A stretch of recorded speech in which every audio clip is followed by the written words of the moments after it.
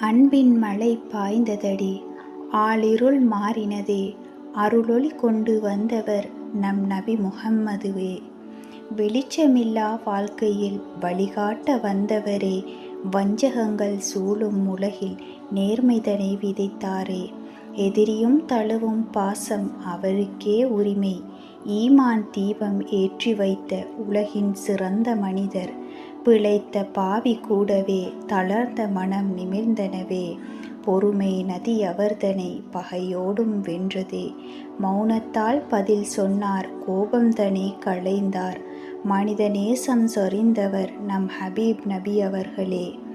தூய மனம் துல்லிய சொல் நம்மிடம் வந்த பரிசு, தூதராக வந்தவரை நம் இதயம் போற்றுகிறதே.